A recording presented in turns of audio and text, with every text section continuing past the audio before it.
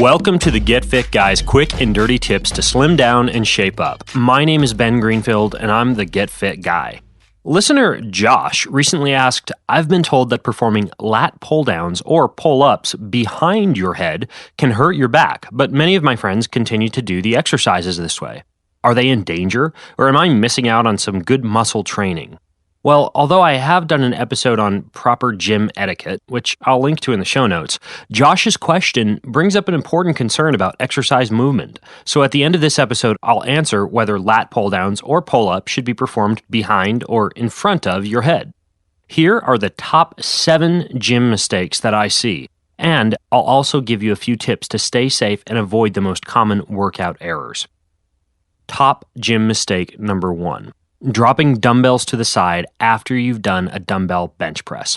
When you're lying on your back after having completed a set of chest presses, it can be tempting to simply allow those dumbbells to drop down to the floor at your side. But when you do this, it requires you to hyperextend your shoulders, and it significantly increases your risk of a shoulder injury. So instead, you should put the dumbbells on your upper thighs, then sit up, and then lower the dumbbells to the floor. Number 2. Leaning on treadmill or elliptical rails while going up an incline. Have you ever walked into a gym and seen someone walking up the steepest possible incline on a treadmill while frantically clutching the rails for dear life? Although that may look like a difficult exercise, it really shuts down your ability to burn calories when you have a death grip on the railing. On both the elliptical trainer and the treadmill, the rails are only there for light support when you absolutely need it. If the incline or resistance is so high that you need to grab the rails, you should simply go easier until you learn how to balance yourself during hard efforts. Number 3, using poor posture on an exercise ball. Ironically, although the exercise ball was developed to strengthen your core, it can significantly hurt your low back if you slouch while sitting, bouncing, or doing crunches on the ball in an uncontrolled fashion. Unfortunately, all of these postural errors on the ball are common mistakes.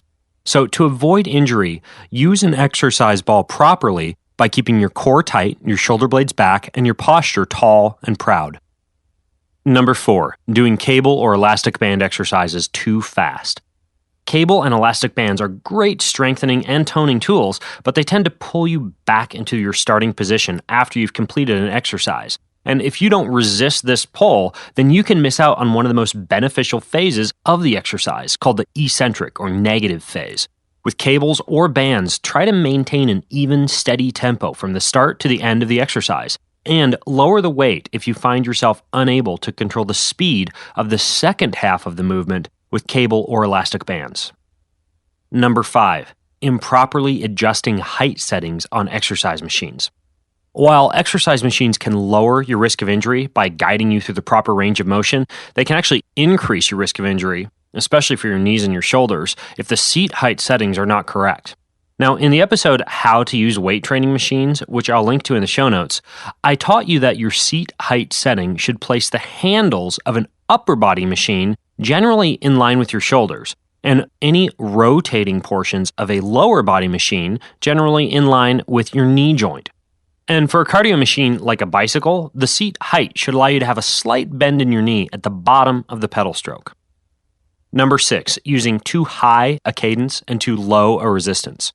From spinning classes to elliptical trainers to weight training machines, it's very, very common to see exercisers moving too fast with too little resistance. If you find yourself bouncing up and down on a bicycle because your feet are moving so fast, you should increase the resistance. If you find yourself swinging your feet so fast the machine is rocking from side to side, you should increase resistance on the elliptical. And if you find yourself rapidly finishing sets on weight training machines at high speeds with no muscle burn, you should probably increase the resistance. Otherwise, you're simply not subjecting your muscles to an adequate force for muscle development or calorie burning, and probably wasting valuable gym time. Finally, number 7, resting between exercises.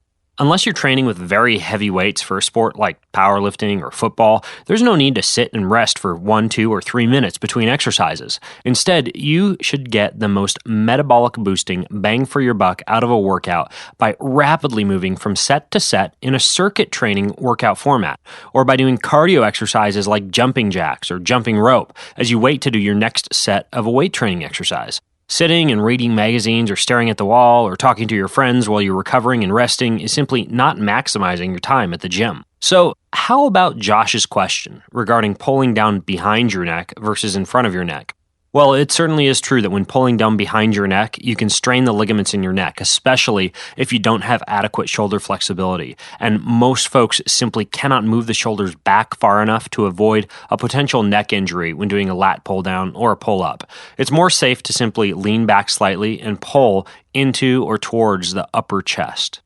Now, if you have more questions about gym mistakes, you can share them over at the Get Fit Guy Facebook page at facebook.com/getfitguy. And until next time, this is the Get Fit Guy asking you, what are you waiting for? Go get fit.